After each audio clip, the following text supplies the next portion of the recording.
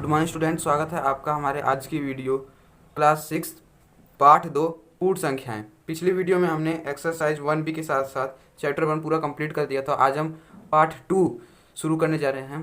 तो पार्ट 2 शुरू करने से पहले चैनल पर नए हैं तो चैनल को सब्सक्राइब कर लीजिए। तो चलिए लेसन को शुरू करते हैं। तो पहला बिंदु हमारा प्राकृतिक संख्या।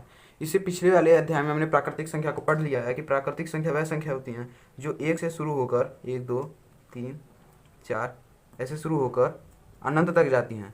ऐसी अब पूर्ण संख्याएं हैं। तो पूर्ण संख्या वह संख्या होती हैं जो जीरो से शुरू होकर 2 3 4 फिर 5 से शुरू होकर अनंत तक जाती हैं। तो पूर्ण संख्या और प्राकृतिक संख्याओं में ध्यान देने वाला बात यह है कि जितने भी प्राकृतिक संख्याएं हैं वह सब पूर्ण संख्याएं हैं, क्योंकि जितनी भी प्राकृतिक संख्याएं वो सब 1 से शुरू हुई हैं और एक भी एक पूर्ण संख्या है, और 1 से लेकर जितने भी प्राकृतिक संख्याएं हैं वो सब पूर्ण संख्या हैं। लेकिन जितने भी पूर्ण संख्या हैं वो प्राकृतिक संख्याएं नहीं हैं। 5 एक पूर्ण संख्या और प्राकृतिक संख्या है, लेकिन अगर आप 0 को देखेंगे तो 0 एक पूर्ण संख्या है, प्राकृतिक संख्या नहीं है, क्योंकि प्राकृतिक संख्या 1 से स्टार्ट होता है। तो आप समझ गए होंगे प्राकृतिक संख्या और पूर्ण संख्या के बीच में अंतर। तो पूर्ण संख्याओं में कुछ नियम है, तो उसको हम आगे पढ़ते चलते हैं। तो एक पहला क्रमागत पूर्ण संख्या है। क्रमागत को आप जानते होंगे कि एकदम लाइन से चलने वाले, जैसे कि 5 6 7 एकदम लाइन से। और क्रमागत संख्याओं के बीच में अंतर केवल 1 का होता है, जैसे 5 और 6 के बीच में अंतर केवल 1 अंक। तो जैसे 5 और 6 के बीच में अंतर केवल 1 का ही होगा, 6 और 7 के बीच में अंतर केवल 1 का ही होगा, 7 और 8 के बीच में केवल 1 का ही अंतर होगा। तो ऐसे कुछ नियम है जैसे क्रमागत पूर्ण संख्याओं में, कि अगर कोई संख्या लिखा हो क्रमागत, जैसे 7 8 9, तो 7 8 9 में पहली संख्या और ये तीसरी संख्या का जो योग होगा, जो योग होगा 7 और 9 आएगा 16। तो ये जो 16 जो होगा वो इस बीच वाले पद का 2 गुना होगा, 8 का 2 गुना होगा। कोई सा भी हम क्रमागत 3 संख्या ले लें, जैसे 5 6 7 ले लेते हैं। 5 6 7 इन दोनों का जोड़ आएगा 12, और 12 क्या है, इसका बीच वाले पद का 2 गुना। कोई सा भी आप ले लें, हम ले लेते हैं 10 11 और 12। 10 और 12 का जोड़ आएगा 22, और जो 22 जो है वो 11 का 2 गुना है।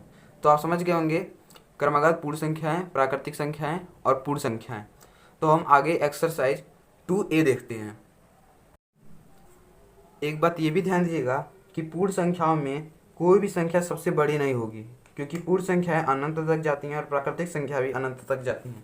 तो प्राकृतिक संख्या और पूर्ण संख्या में कोई भी संख्या सबसे बड़ी संख्या नहीं होगी। एक्सरसाइज 2A का पहला क्वेश्चन दिया है, सबसे छोटी पूर्ण संख्या बताइए।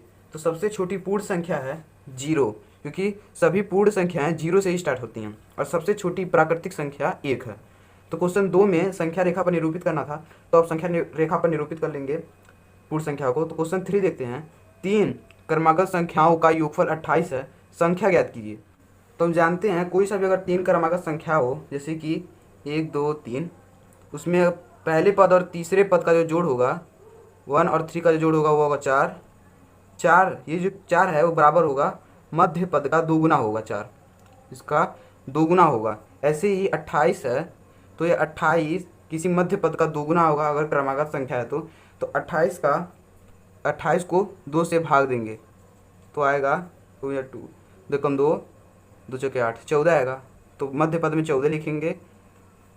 अब हम जानते हैं कि क्रमागत संख्या में अंतर केवल 1 का होता है, तो 14 से 1 बड़ा होगा 15, और 15 और ये जो 14 है इससे 1 कम होगा 13। तो क्रमागत संख्या हमको मिल गई 13 14 15। तो 13 और 15 आंसर हो जाएगा। चलिए हम क्वेश्चन नंबर 4 देखते हैं। इसमें दिया है यदि 3 क्रमागत पूर्ण संख्याओं के मध्य की संख्या 39 है तो तीनों संख्या। तो चलिए हम क्वेश्चन नंबर 4 देखते हैं। क्वेश्चन नंबर 4 दिया यदि 3 क्रमागत पूर्ण संख्याओं के मध्य की संख्या 39 है तो तीनों संख्या ज्ञात कीजिए। तो मध्य संख्या लिखेंगे 39। अब हम जानते हैं क्रमागत संख्या में अंतर केवल 1 का होता है, तो 39 से बड़ा होगा 40, और 39 से इधर 1 कम होगा 38, तो हो जाएगा 38 39 40। हमको क्रमागत संख्याएं मिल गई, तीनों संख्याएं। अब हम देखते हैं क्वेश्चन नंबर 5। क्वेश्चन नंबर 5 दिया है प्राकृतिक संख्याओं के समूह में किस संख्या के सम्मिलित कर लेने से वह पूर्ण संख्या का समूह बन जाता है। तो प्राकृतिक संख्याएं 1 से स्टार्ट होती हैं, और अनंत तक जाती हैं, उसी में अगर हम जीरो ऐड कर लें तो सभी संख्याएं पूर्ण संख्या बन जाएगी। तो जीरो ऐड करने से वो 0 1 2 ऐसे करते करते अनंत पे जाएंगे, तो जीरो हमारा आंसर हो जाएगा। चलिए अगली वीडियो में हम देखेंगे एक्सरसाइज 2B। वीडियो के साथ बने रहने के लिए धन्यवाद। चैनल को सब्सक्राइब कर दीजिए आने वाली और वीडियो के लिए।